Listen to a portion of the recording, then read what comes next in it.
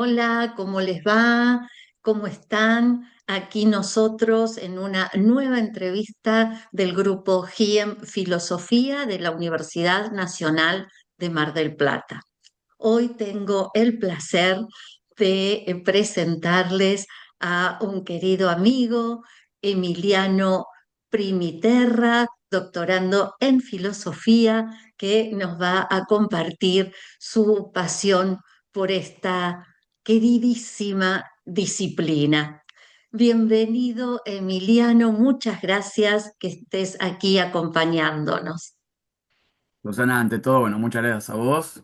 Como recién te decía hace un ratito, un placer para mí estar acá, compartir mi experiencia y sobre todo verte, porque bueno, Sí, como mucha gente que ha participado de estas reuniones grabadas por vos, yo estuve viendo varias y muchos concuerdan en la grandiosa persona que sos, eso desde ya, en lo lindo que es compartir con vos. Nosotros nos hemos gracias. conocido ya hace un par de años en un Sí, grupo de investigación en la sí, Universidad de El Salvador, que sí, coordinaba Selina Lertra Mendoza, la doctora Lertra Mendoza, sobre escolástica y exacto. política en su momento, lo recuerdo.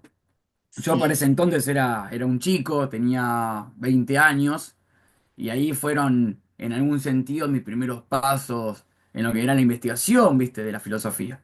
Bueno, ahí tuve el placer, el gran placer de conocerte a vos junto a otros colegas. Y bueno, el día de hoy, ya en mis 36 años, esta relación sigue. Así que mirá si la sí, filosofía no acerca a las personas, ¿eh? Eh, lo digo realmente. Vos me preguntás y me pedís que hable un poco de mí, de mi pasión. Bueno, yo puedo comentar a toda la audiencia que, que a mí la filosofía me apasionó de muy chico era un chico de 12 13 años cuando dejé solo de leer literatura y empecé a leer filosofía, gracias a mi abuelo era un gran lector, una persona que supo mm, siempre guiarme en las lecturas y en aconsejarme qué leer. Incluso él no habiendo estudiado nada formalmente, o sea, con secundario completo solamente. Lo cual no es sí, poco para esa época, lo cual no es sí, poco para esa época, pero un tipo muy lector, muy ávido, muy inteligente, que de los inicios de mi temprana edad siempre me incitaba a leer y a leer un poco más. Hasta que, bueno, empezó a acercarme el libro de filosofía, y una cosa llevó a la otra y decidí dedicarme a esta carrera, ¿viste? Que nos sí, conjuga, que nos aúna en algún sentido. Y bueno, ahí fue cuando inicié mis estudios más tarde, ya con 18 años, en la Universidad de Buenos Aires. sí, Eh, Ingresé, como todo estudiante de filosofía, apasionadísimo con por ahí la filosofía antigua, la filosofía medieval. Ahí fue cuando empecé a rodearme de otras figuras fuera de la filosofía de la UBA, propiamente dicho, y conocí a Lertora Mendoza, a Celina. sí, Y un día Celina me dice, bueno, venite conmigo a estudiar en un grupo de trabajo interdisciplinario. Y bueno, ahí te conocí a sí, vos, Susana, y a otras personas. Y ahí empecé con la pasión de ya no estudiar por ahí, ¿no? De los grandes principios o los grandes fundamentos de la filosofía antigua solamente, sino bueno, abrirme al campo de lo que era la filosofía política, puntualmente la sí, filosofía política medieval, hasta ese momento. De hecho, yo terminé haciendo mi tesis de licenciatura, porque yo soy licenciado y profesor universitario en filosofía por la Universidad de Buenos sí, Aires.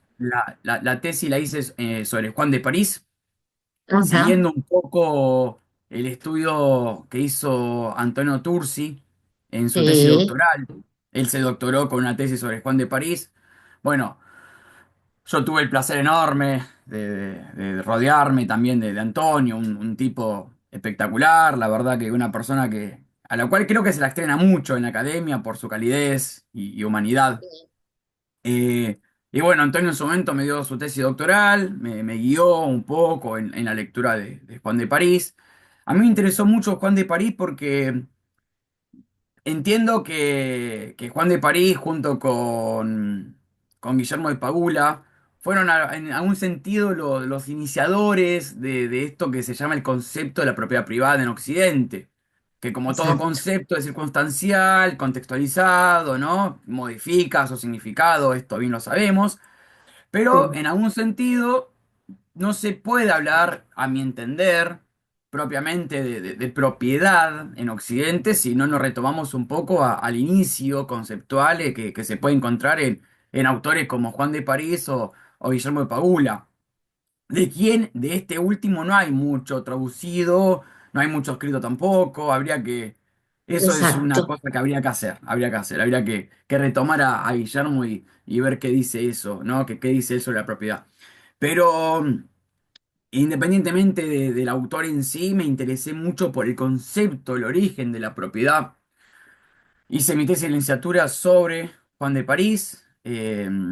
Ahora, hace un tiempo, un año, me pidieron si podía escribirla en libro para publicar, así que bueno, estoy con el trabajo de edición.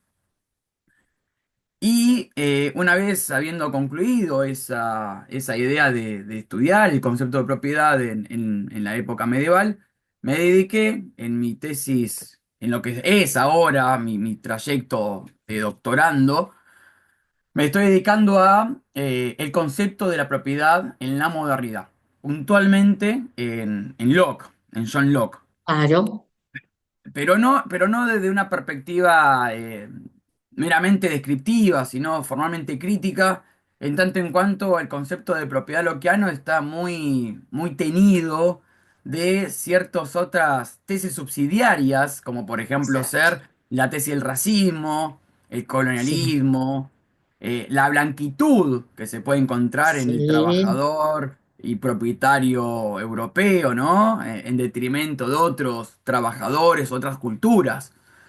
sí, Entonces, ahora qué pasó con mi doctorado, o sea, con mi instancia doctoral, retomando, sí, a Juan de París como precursor de esta idea de exacto, propiedad propiamente dicha, estoy abocándome a un estudio más moderno del concepto de propiedad y cómo este concepto de propiedad que se relaciona con la soberanía, ¿no?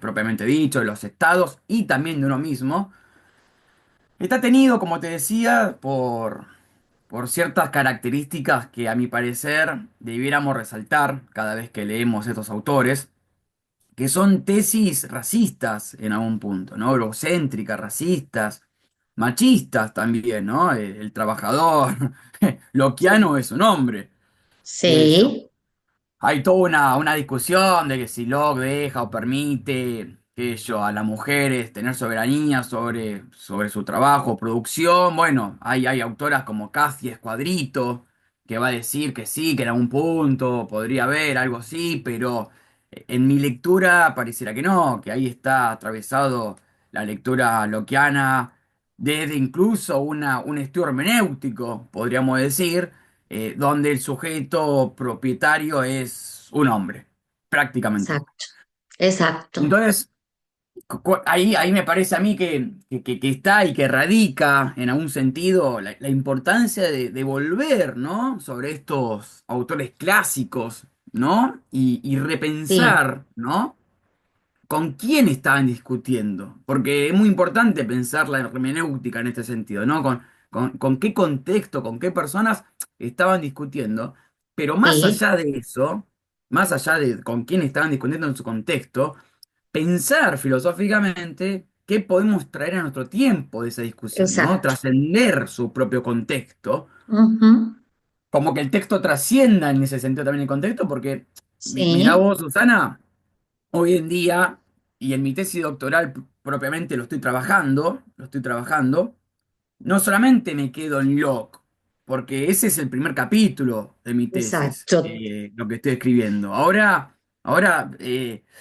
estoy sondeando los mares de lo que sería la teoría libertaria, de cómo ah, los libertarios, propiamente dicho, se apropian de las condiciones de apropiación, valga la redundancia, lockeanas, ¿no? Para proponer sus propias teorías. Estoy pensando ujú, en Robert Nozick, John Simmons, estoy pensando en Rothbard, en Hayek, bueno. un montón de gente que en Argentina, esto lo digo por si hay gente de otros países que ve esto, en Argentina nuestro presidente, que se hace llamar para mí malamente libertario, porque es un estatista, pero bueno, después lo podemos discutir a esto, está continuamente eh, citando a esta gente, a Nozick, a Rothbard, a Mm, Hayek. Y bueno, mi idea un poco es retomar a Locke, demostrando las inconsistencias y contradicciones propias de su discurso, para después prontamente hacer lo propio, hacer lo mismo con las tesis de estos filósofos contemporáneos, ¿no? Que son exacto. libertarios y no por eso jamás liberales, porque una cosa es el liberalismo y otra cosa es el libertarianismo, en algún sentido. Ujú. Eh, pero bueno, retomando también y no dejando de lado este legado medieval, es importante hacer ver que en algún sentido, y también eso lo trabajo en mi tesis, en algún sentido Locke, volviendo a esto de la hermenéutica y de pensar los textos filosóficos en su contexto, Locke está discutiendo cuando habla sobre la conquista y sobre la propiedad en su segundo tratado sobre el gobierno civil, está discutiendo puntualmente con autores como por ejemplo Bartolomé Las Casas, Sí, un autor que él, por ejemplo, no cita, no cita, pero sin embargo, está discutiendo su teoría de soberanía a través de, por ujú. ejemplo, José da Costa y Sepúlveda. Entonces, ¿qué está Sí, haciendo Locke ahí? Sin quererle llevar agua al molino de la tesis de Bartolomé Las Casas, quien para el momento en que Locke escribió era uno de los filósofos más leídos sí, en el norte de América, uno de los filósofos más leídos en el norte de América, era un tipo revolucionario, era un tipo que sí. propugnaba por la libertad soberana de los pueblos amerindios, ¿Cuál? de En contra de Ginés de Sepúlveda, ¿no? Un poco también, sí, exactamente, tal en cual. contra de Ginés de Sí, Sepúlveda. De hecho, sí, en algún sentido, como es, la discusión de Valladolid y demás, ¿no? exacto. Exactamente, ahí se cuela toda esta intención de si los pueblos amerindios son soberanos. En este contexto, en el contexto no en el medieval, pero sí en el moderno de John Locke, Sí, Bartolomé de las Casas fue y continuó siendo uno de los autores más leídos por quienes propugnaban la soberanía amerindia. Y esto Locke lo ve, entonces, ¿qué hace Locke?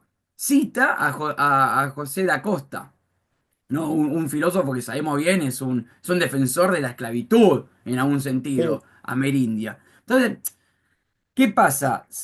Pensar a Locke solamente como el gran ideólogo de la propiedad y la soberanía republicana, liberal, podríamos decir, bueno, hay toda una discusión de si era un liberal o no era un liberal. Para mí no era un liberal porque el liberalismo propiamente dicho no existía en ese momento. Podríamos hablar de un exacto. Sí, sería un republicanismo anacronismo, y sí, sería un tal anacronismo, cual. exactamente. Podríamos hablar de un Sí. republicanismo, digamos. Mm, Eh, Quedarnos solamente con esa lectura en filosofía me parece un poco escueta y burda. Habría que ver con quién discuten. Entonces, esto es lo que es la filosofía, ¿no? Poner en contexto a los autores y poder ponerlos en contexto tal que podamos ver con quién está discutiendo. exacto, Cuando hablamos de propiedad, tenemos que ver con qué tipo de propiedad conceptualmente hablando estamos defendiendo. ¿Qué tipo de exacto. propiedad? Si una propiedad comunal, si una propiedad colectiva, si una propiedad privada, porque no hay Ujú, toda una unificación del sentido de la propiedad. La propiedad tiene en este aspecto diferentes vertientes y significados, y no es la misma propiedad. Como tampoco ujú. es la misma república, la república, Exacto, qué sé yo, de Haití, sí, que la república argentina. Eh, exacto, que el primer país que se independiza en América Latina, podríamos decir hoy en día. exacto. Entonces, habría que pensar y repensar. Y mi intención con esto, por esto estoy hablando de Locke y demás, es retomar un poco en mi tesis la idea que tiene Bartolomé Las Casas de soberanía. Ajá, ¿Por ajá, qué?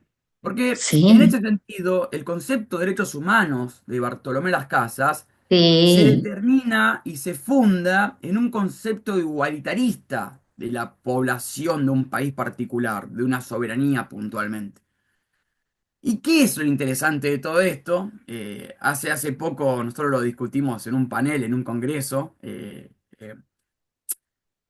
Pensar el derecho humano desde una perspectiva universal y formal, como quieren hacer ver varios autores, es retomar en algún sentido, como reclama Frank Sinkelammert, que esa teoría de derecho humano formalista universal es netamente lockeana.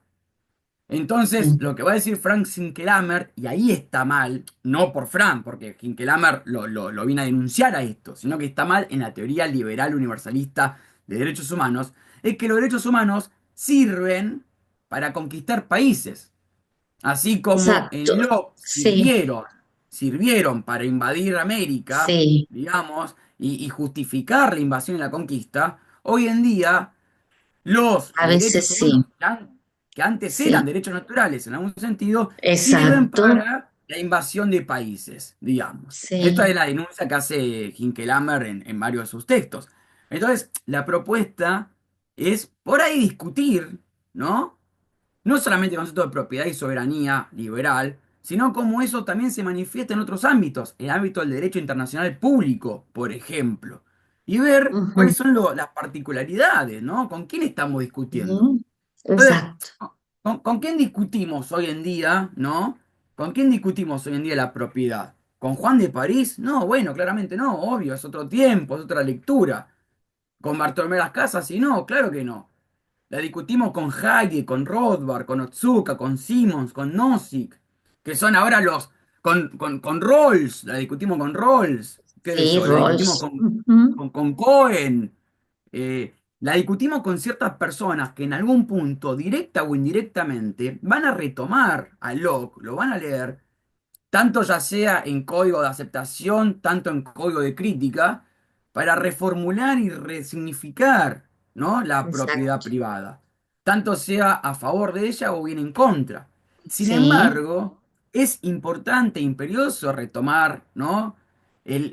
La perspectiva clásica, ¿no? De Locke, lo que tiene Locke para sí, decir por fuera de su tiempo y de su lugar, para significar un poco qué está pasando hoy en día. Bueno, yo soy un totalmente crítico, tanto a Locke sí. Por como a toda eso, esta gente que lo lee, sí, digamos. Me paro en la vereda de enfrente, en la vereda más, sí, si se quiere, socialista de la discusión política en torno a la exacto, propiedad privada, pero no por eso habría que dejar de leerlos. Porque hoy en exacto, día en claro, Argentina, puntualmente, estamos discutiendo estas ideas como si, no sé, fuesen sí, algo loquísimo, importantísimo, y vos decís, pará, esto ya se discutió, sí, no podemos volver a discutir esto. Bueno, si en exacto, el ideario colectivo está dando vueltas la discusión respecto de qué es la propiedad y a quién le corresponde la propiedad, digamos, bueno, tenemos que volver a retomar estas discusiones de la perspectiva filosófica, me parece a mí. exacto, Y en este totalmente, sentido, y en este sentido, un poco mi interés es concluir todo este gran camino, ¿no? Que va de Juan de París, que va, por ejemplo, a Locke, que va a los libertarios actuales, retomando un poco a Bartolomé Las Casas y demás, concluir la importancia de pensar, ¿no? Una teología económica, sí, ¿no? Una teología económica donde pareciera que el mercado tiene más sí, soberanía propiamente que el soberano, ¿no? Todo se hace por el mercado. La ganancia de utilidad marginal, la maximización del mercado, de utilidades, de costo, de beneficios. Y en ese cálculo maximizador de utilidades se deja por fuera lo que importa, que somos nosotros. sí, ¿No? Entonces, me parece que sería importante pensar en este sentido una idea propia de teología económica, en algún sentido, sí, de pensar qué pasa acá. Y todo esto en mi vida tuvo que ver con, bueno, con formadoras como vos, Susana, ¿qué querés que te diga? Yo te agradezco muchísimo todo lo que has hecho por mí. eh, Como así agradezco a un montón de gente que en su momento me ha acercado una mano. Siempre pienso en Celina, sí, sí, bueno, vos, qué sé yo. En su sí, momento, nombrabas a Antonio Tursi Antonio, también, Antonio claro, Tursi, Antonio sí, sí, Tursi. también tuve, cuando fui, también tenía 19 20 años, también conocí a un profesor de la Universidad de Morón, Valentín Crico. Y eh, bueno, con él empecé yo medieval y ahora le voy a hacer o sea, él falleció lamentablemente, pero voy a hacer sí, una de estas entrevistas dedicadas, entre otras personas, a él. Sí, mirá, yo hablo mucho sí, bueno, hablaba mucho con la mujer, con con Zulema. Zulema, y sigo Sí. hablando con el hijo, con Ah, Sergio. ajá. Y de hecho, bueno, nada, o sea, con Sergio hablo seguido y me dijo que si quiero ir a buscar los libros de Valentín, porque yo con Valentín trabajé en Sí, investigación. sí. Así que después, Susana, si querés, De- te paso algo. esto sí, esto Eh, después lo seguimos conversando porque Dale, me pero interesa muchísimo. Sí, esa es la importancia me parece a sí, mí, del conocimiento. Es lo que dice un poco, que lo que decía Francisco, ¿no? Nadie se salva solo. exacto. Y, No, y parece, no, no, no, no, decí. y parece que nos olvidamos de que nadie se Sí, salva solo, ¿no? O sea, que somos individuos en comunidad, ¿no? Es un exacto. poco salvando las distancias y dejando de lado que Hegel proponía un poder estamental monárquico, republicano, en un sentido y demás. Es volver un poco a Hegel, es volver un poco a Aristóteles. Uno vive en comunidad, nace, muere, vive en comunidad. Entonces, defender esta idea del individualismo, el individualismo posesivo, como lo dice Macpherson, por ejemplo, ¿no? Defender esta idea de que nos podemos salvar solo, de que el mercado nos va a guiar a un bienestar mejor, incluso perjudicando al otro, no nos va a llevar a nada. No nos va a llevar a Tal nada. cual. No, lo que te Totalmente. quería comentar es que coincido con esto y en las cátedras de medieval, no solo en Morón con Valentín, sino también aquí en Mar del Plata con Francis Kennedy, después también allá en Barcelona con Francesc Fortuny. O sea, afortunadamente, o con Miguel Candel, con quien tuve la fortuna de trabajar y también de hacerle una suplencia en la Universidad de Barcelona. Pero hablábamos de esto, o sea, hay una pregunta que a veces falta en las clases, ¿no? En los encuentros, y me refiero a la relación con la capacitación de los estudiantes, que es preguntar, ¿quién habla? ¿Por qué habla? ¿Quién le habla? ¿Y qué dice? ¿No? Claro, Entonces, ahí, a partir de eso, se tiene que generar ese, como decían los griegos, ese diálogos, que como bien decías vos, ayer también en una charla que di, se da, retomo el término polis, porque total, yo hablé sobre la identidad y cómo se conforma esa identidad, la pregunta primaria de quién soy y qué soy y se complementa, pero no solo porque lo dice Husserl o Merleau-Ponty, sino que eso ya está dicho por, bueno, por los griegos, obviamente, por Evagrio Póntico, Fabiola de Roma, las amas del desierto y Agustín de Hipona, que es claro, fuertísimo todo lo que Agustín dice acerca del qué soy y el quién soy. De hecho, lo retoma Hannah Arendt.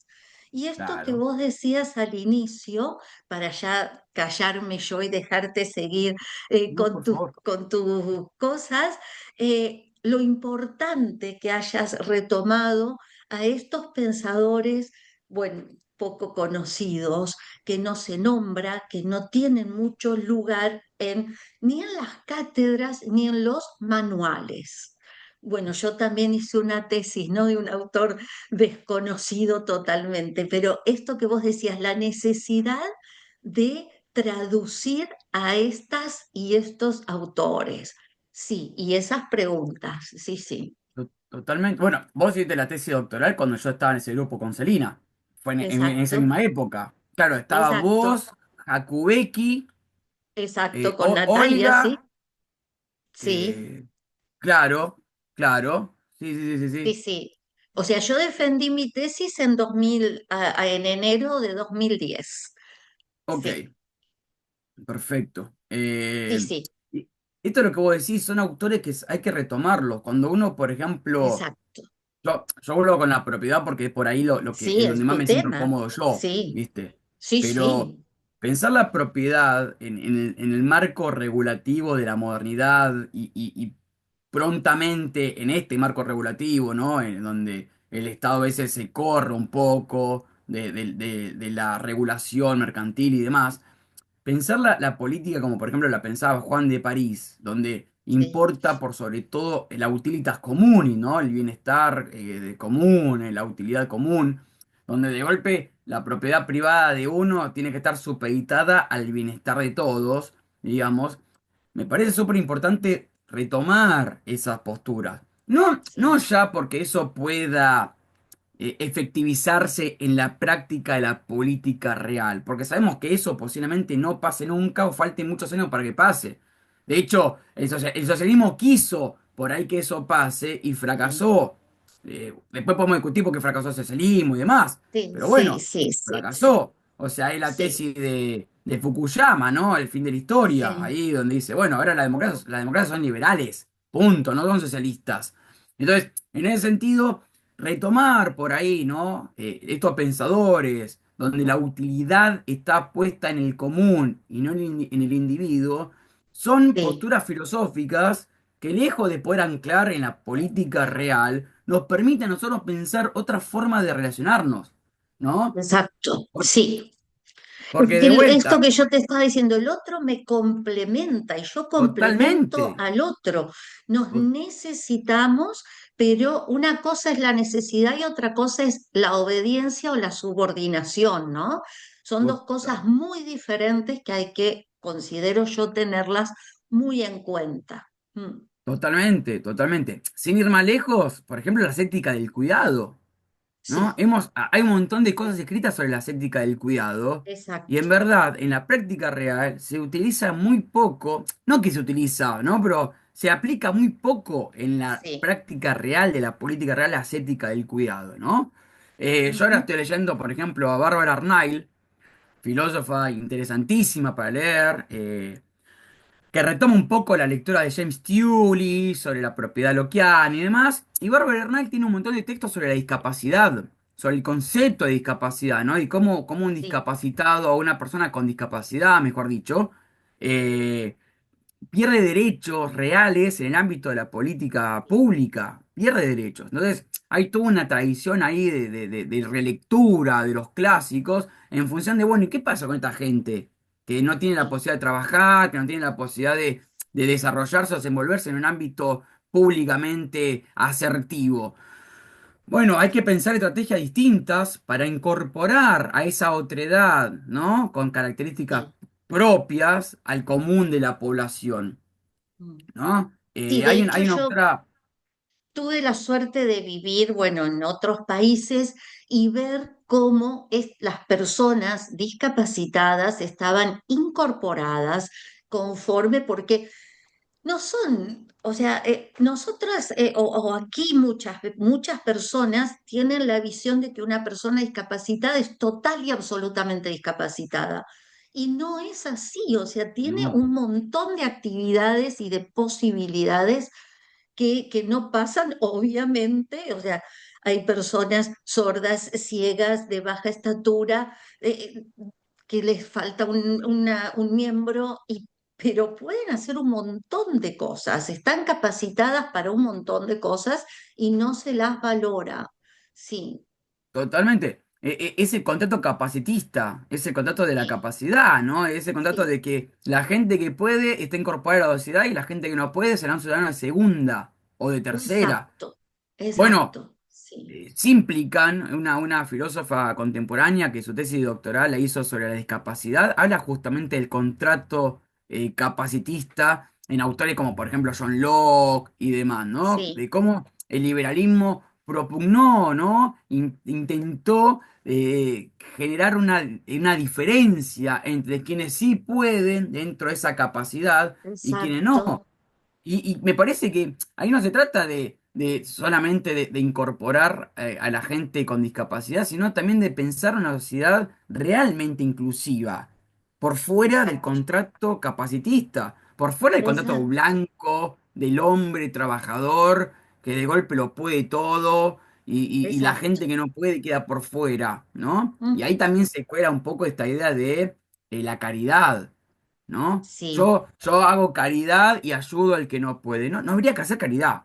A mí la palabra de la caridad me suena, me molesta tanto. No habría que hacer caridad. No habría que haber la necesidad de hacer caridad.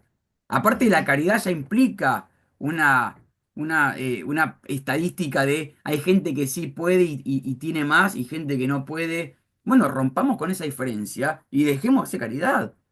Lo digo porque, bueno, Ujú. justamente Locke trabaja muchísimo el tema de la caridad y demás. Y de hecho hay una Sí. filósofa argentina, Juliana Udi, cuya tesis doctoral la hizo sobre el concepto de caridad, ¿no? Y de justicia en Locke. Bueno, a ver, para mí no habría que definir la necesidad de una caridad en una sociedad donde seamos todos iguales realmente, ¿no? Bueno, Sí. para eso van a faltar miles de años, creo yo. Sí. Sobre todo en lugares, yo vivo en un lugar pequeño y es increíble lo que vivo, lo que veo, lo que observo, que no tendría que pasar, porque son lugares pequeños que podrían autogestionarse incluso, ¿no? Y no tendría que pasar lo que pasa. Sí, sí, sí. Sí, totalmente, totalmente. De hecho, hay un filósofo inglés, Martin O'Neill, que va a sostener una idea de predistribution, la predistribución, digamos, ¿Sí? y eso tiene que hay ciertas comunidades que se podrían autogobernar de manera Exacto. autónoma, si se quiere, autárquica, y que podrían definir la distribución de una manera más equitativa sin la necesidad de la Sí. incorporación de otros mercados. Bueno, Ujú. la teoría de Martin O'Neill funciona en Estados Unidos. Hay una comunidad norteamericana que la aplica, digamos, y la aplicaba mucho Ajá. antes de que Martin O'Neill la postule. O sea, se dio de una forma muy loca esa situación. Ajá. Yo, Martin O'Neill, tuve la posibilidad de conocerlo en una conferencia. De hecho, cada tanto me hablo con él y nos mandamos mails. Y él me cuenta, me contó un momento, me dice, mira, yo propuse esta teoría de una predistribución, no una redistribución, una distribución, una predistribución. Y me contactó un teólogo norteamericano, creo que era un teólogo norteamericano, diciéndome, che, mirá, lo que vos decís en tus textos, acá pasa. Y bueno, Martin Claro. O'Neill viajó a Estados Unidos, no sé qué, vio la comunidad, hizo como un trabajo medio antropológico, creo que era. Hay que pensar una forma de vincularse. Y me Sí, y parece, de la importancia, ¿hasta qué punto te importa la otra persona? Hasta el hecho, como yo suelo decir, de sentirme yo otro. O sea, vos sos yo y yo soy yo otro. soy vos, O sea, claro. si yo no puedo descentrarme y lograr esa construcción, nunca te voy a considerar persona, me parece. O es Claro que difícil, no sí. digo nunca, porque eso es muy, muy fundamentalista. Es difícil, Es sí. difícil. Nos consideramos en todo caso sujetos, pero no somos sujetos de Exacto, derecho algunos, no somos personas. exacto. Ujú. Ahí está Pero la ojo que clara. también hablaba con otra persona, ¿no? Que ese sujeto no nos objetivice, como también decía Michel Foucault, ¿no? Claro, Sujeto de estar sujetados, ujú, sino ser exactamente. sujetos, sujetos de conocimientos y sujetos de vida. Ujú. Totalmente. Bueno, volviendo un poco a Michel Foucault, me Sí. había quedado Ay, con algo sí, pendiente de lo que vos perdón. dijiste. No, está perfecto, buenísimo, me encanta esta conversación. Te agradezco, en serio. Vos hace un rato decías, bueno, hay gente con discapacidad, gente no discapacitada, gente capacitada. Entonces, habría que pensar, ¿no? Volviendo por ahí al Foucault nominalista, el nominalista de las palabras y las cosas, Sí, ¿cómo sí, definimos a la humanidad? ¿No? ¿Qué exacto. características tiene la humanidad, ¿no? O sea, porque si vamos a pensar qué nos hace humanos, no hay nada que nos emparente. No hay nada que Ujú. nos emparente. Es una ficción gramatical, Sí, lingüística y simbólica. sí, Entonces, sí, ¿por qué no meter bajo el paraguas de la humanidad a toda la humanidad y dejar de hacer una diferencia sustancial respecto de ciertas características propias? Los negros por un lado, los blancos por sí. otro, los capacitados por otro, los discapacitados por otro. Me parece que ahí también está un poco el problema de que la política liberal la política liberal, la realpolitik liberal, ¿no? Eh, Sostiene una diferencia para autosustentarse a sí misma. La Ujú, diferencia tiene que ser el sostén de un sistema liberal de desigualdad absoluta. Entonces vos tenés comunidades que no son desiguales, tenés comunidades del cuidado, pero que claramente no son comunidades liberales. O por lo menos no lo son en el gran aspecto de la palabra, digamos. Por algo, volviendo a Haití, por algo Haití, que fue el primer país que se independiza en Latinoamérica, en cuya primera constitución tiene un artículo que dice todos los habitantes de Haití serán llamados negros, porque lo dice, porque se reapropian de su negritud y su discriminación sí, producto de las conquistas europeas, y dicen, che, pará, ujú, yo acá soy negro y todos vamos a ser negros. Es el país más pobre de Latinoamérica porque fue el país más vapuleado y atacado por la conquista liberales. Porque justamente fue un modelo a seguir para los países subsiguientes, para las independencias subsiguientes. Entonces, ahí está el tema. No te permito a vos, en tu individualidad, en tu diversidad, manifestarte como tal. Bueno, ahí está el ujú. problema que tenemos como sociedad mundial, me parece a mí. Y eso es claramente una estructura netamente liberal. El liberalismo se sustenta sobre la desigualdad, ontológicamente se sustenta sobre la Ujú. desigualdad, no ya de una perspectiva política o económica. Ontológicamente se sustenta sobre la desigualdad, la necesita porque genera riqueza para unos, trabajo esclavo para otros. Sí, lo que Y ahí decía está Nicolás de Cusa, ¿no? En una sociedad tienen que vivir todos los tipos de personas y también sus contrarios. exactamente, exactamente. Pero bueno, ahí está la importancia de volver a los clásicos también y dejar de Sí. pensar en un sistema tan nefasto como en el que estamos, ¿no? Porque uno puede Emiliano, encontrar... nos quedan 2 minutos y Bueno, medio, cortemos. todos para vos, pero así, para que, No, resumo. Eh, Yo te agradezco muchísimo lo que haces porque te conozco hace años y veo tu trabajo, lo bueno que ayuda a esto porque veo otras entrevistas y me nutro, espero que alguien se nutra de esta. Eh, pero sí, bueno, pensar a la filosofía en este sentido como una gran hermandad de pensamiento que desde una perspectiva buena, desde una lectura buena, de una lectura posiblemente crítica, nos ayude a mejorar nuestras condiciones de posibilidad, nuestras condiciones de vida. Retomar a los clásicos, ver qué tienen que decirnos para, fuera de su contexto, digamos, traer esas ideas a este tiempo y pensar una comunidad mejor, digamos, ¿no? Más aunada, más igualitaria. Me parece que la filosofía tiene ese trabajo, tiene esa finalidad y hay que conquistarlo, hay que lograrlo. Así que te agradezco nuevamente, Susana, el tiempo y es un placer enorme formar parte de este espacio. no, yo agradecidísima por este momento, por todo esto que hemos compartido y que hemos pensado. Mil gracias, Emiliano, miles de gracias. Y nos mantenemos comunicados. Un Claro que placer sí. gigante. Muchísimas gracias, Y Susana. espero tu tesis, ¿eh? Por favor, sí, claro. Por ahí te llamo y sos mi jurado. ¡Guau! ¿Por Me qué no? encantaría, me Claro que encantaría. sí. Claro que sí. Gracias. Susana, gracias a vos. Que tengan buen día. Hasta luego.